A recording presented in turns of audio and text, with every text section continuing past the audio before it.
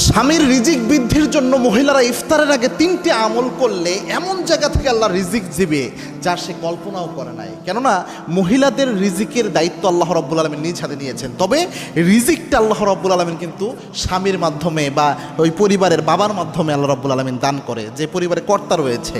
এই রিজিকটা আল্লাহ রাব্বুল আলামিন যখন কোনো নারী আমল করে এই আমলগুলা, তখন আল্লাহ রাব্বুল আলামিন ওই পরিবারের কর্তার মাধ্যমে তাদের কাছে পৌঁছে দেয়। সুবহানাল্লাহ বিহামদি। কত চমৎকার কয়েকটা আমল আল্লাহর হাবিব ইসলাম জানিয়ে দিয়েছেন। তার মধ্যে 1 নাম্বার, ইফতারের আগে অনেক মা বোন রয়েছেন ইফতারের আগে ইফতার বানানোর কাজে ভাজা পোড়া যত খাবার রয়েছে, বেগুনি, চপ, পেঁয়াজ, এগুলো বানাইতে বানাইতে এমন এক অবস্থা হয় যে তারা ইফতারের একদম আজান দিবে তার একটু আগে তারা একদম ফ্রি হতে পারে। এই কাজ করবেন না, খবরদার। আপনি মিনিমাম 15-20 মিনিট সময় হাতে রাখবেন, মিনিমাম 10-15 মিনিট সময় হাতে রাখবেন, রেখে এই কয়েকটা আমল করবেন। তার মধ্যে প্রথম যে আমলটা করবেন, ইস্তেগফারের যে শ্রেষ্ঠ দোয়াগুলো রয়েছে,